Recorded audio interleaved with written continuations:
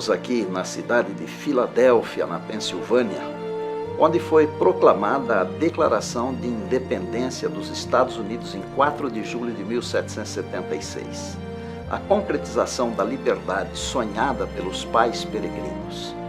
Na Filadélfia está o Sino da Liberdade, que soou no dia 8 de julho de 1776, o Gilbert Bell, convidando os cidadãos para ouvirem a leitura da Declaração de Independência, que fora publicada no Diário Oficial.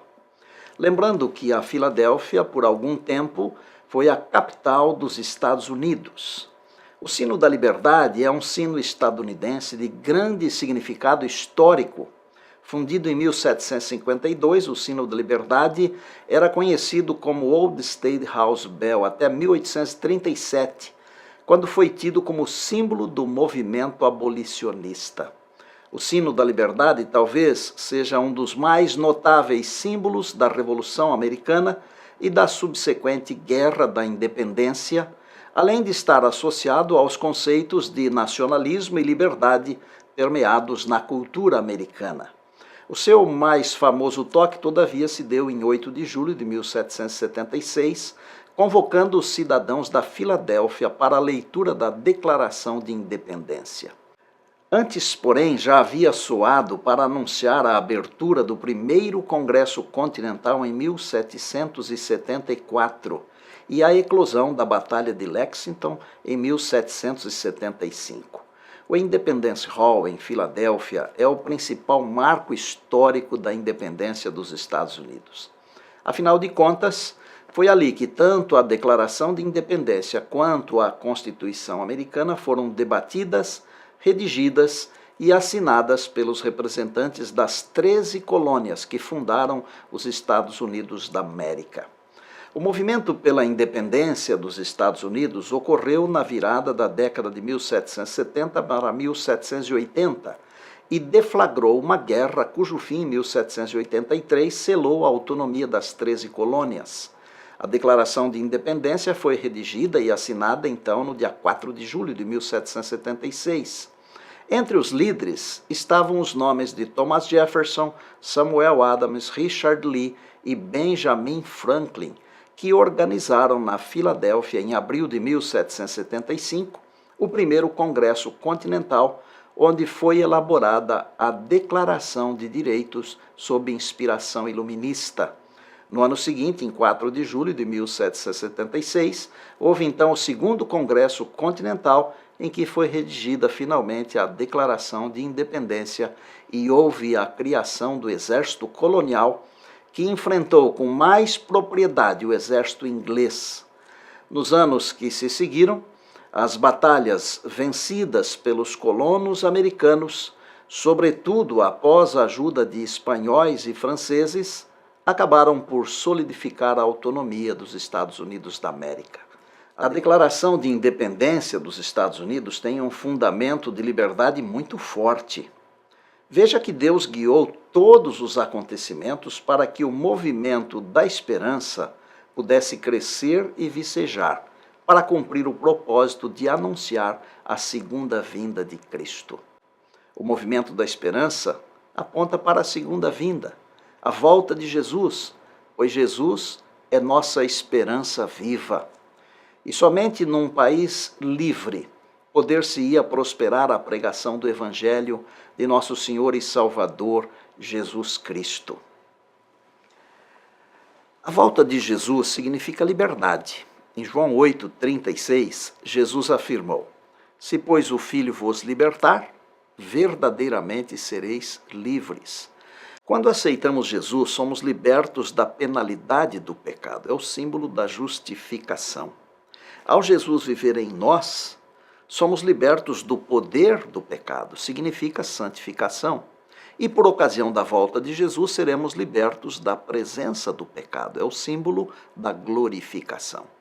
Assim como Deus preparou um jardim para Adão e Eva, Deus preparou um lugar para que o movimento da esperança pudesse se estabelecer, os Estados Unidos da América. A volta de Jesus significa a liberdade real. O movimento da esperança aponta para a segunda vinda de Cristo, a volta de Jesus, pois Jesus é nossa esperança viva. Hoje é dia de meditarmos em uma de suas mais preciosas mensagens.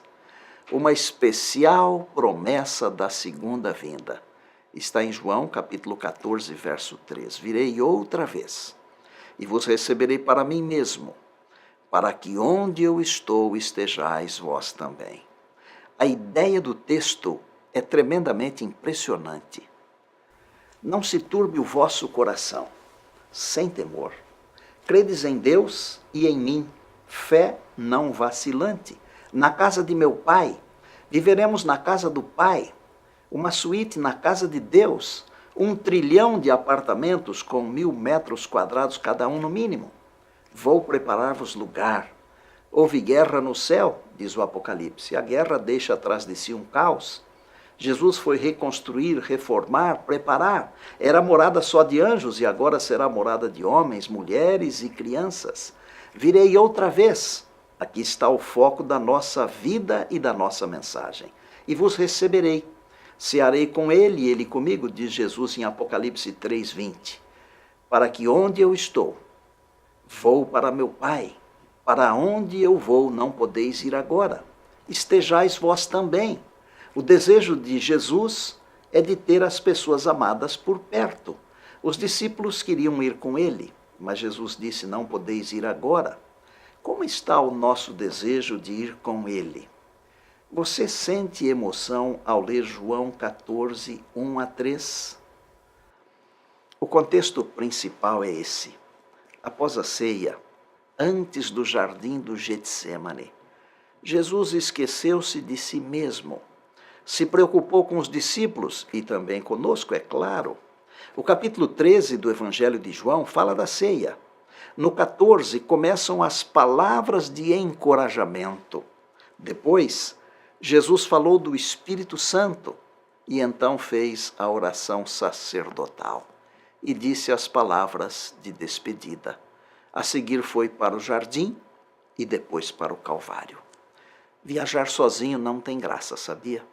Os lugares continuam lindos, mas sem a pessoa amada por perto, perde a graça. Jesus convidou 3 dos discípulos para orarem junto com ele, Pedro, Tiago e João, mas eles dormiram. Jesus ficou sozinho. Por vezes nós também dormimos, não é mesmo? Mas Deus é grande, muito grande. Só consegue ver o tamanho de Deus quem fica perto dele. Mas qual é o tamanho de Deus? Vou ilustrar para você.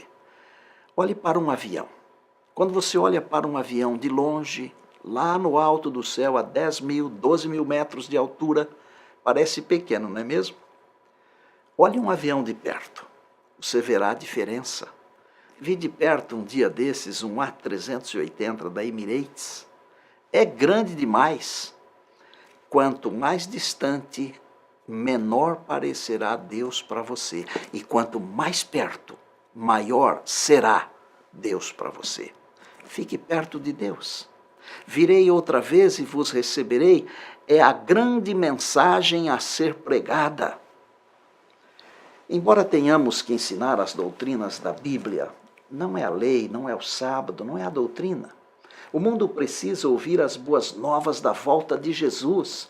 O que faz a diferença é o conforto da presença de Jesus, é conforto, é alegria e a certeza de que em breve deixaremos este mundo corroído pelo pecado. É claro que devemos ensinar as doutrinas. Jesus mesmo disse que devemos ensinar todas as coisas, mas o nosso foco não são as doutrinas. O que o mundo precisa hoje é de esperança, de paz, de conforto. E a volta de Jesus prevê todas estas bênçãos. E mais, a volta de Jesus é completa liberdade. Por isso, o movimento da esperança aponta para a segunda vinda de Cristo, a volta de Jesus, porque Jesus é a nossa esperança viva. Queria fazer uma aplicação para abençoar aqueles cujas dificuldades nunca cessam, cujos problemas nunca terminam. Nem todas as coisas se resolvem do dia para a noite. As que não podem ser resolvidas, serão resolvidas quando Jesus regressar. Para Paulo, o Senhor afirmou: A minha graça te basta, 2 Coríntios 12, 8 e 9. Eu desejo despertar você com as palavras de Jesus, virei outra vez e vos receberei. Eu desejo abençoar você com as palavras de Jesus, virei outra vez e vos receberei. E eu desejo consolar você com as palavras de Jesus, virei outra vez e vos receberei. Quero orar hoje por aqueles que precisam ser despertados, abençoados e consolados. O movimento da esperança aponta para a segunda vinda de Cristo, a volta de Jesus, pois Jesus é a nossa esperança viva. A Rebeca canta agora Volta para Casa. O clipe foi gravado em Pátimos, em Tarso, em Antioquia, em Capadócia. Jesus está chamando você para o banquete, vem. Enxugue as lágrimas, vem. Foram tantos sofrimentos sem explicação. Nos detalhes do seu rosto eu vejo a solidão, lágrimas a rolar, não há como evitar. Será que alguém feriu com palavras teu coração? De que valeu o seu esforço? Tudo se foi em vão. E ao lutar você se sente sem lar, sem direção. Esqueceu que o seu lugar era ao lado de Jesus. Tentou se afastar, mas ele soube te encontrar. E quantas vezes ele falou, mas você não escutou. E tantas vezes ele o livrou, mas você não o buscou.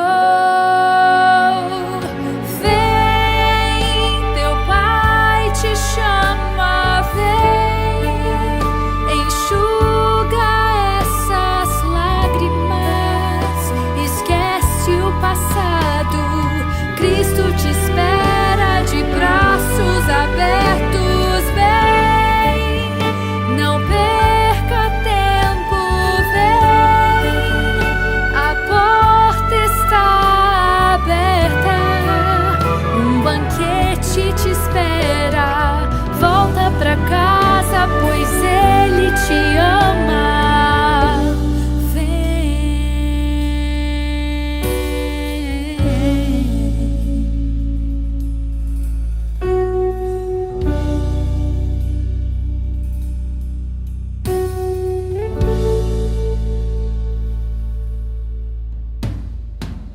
E quando a dor invade a alma, não dá pra suportar. A culpa te consome, isso te faz chorar. Clame ao teu Senhor, dizendo: te peço perdão. Pai, eu sei que errei, também feri teu coração. E quando te avistar, ele correndo vai te abraçar. Volta pra casa, volta depressa, pois aqui é teu lugar.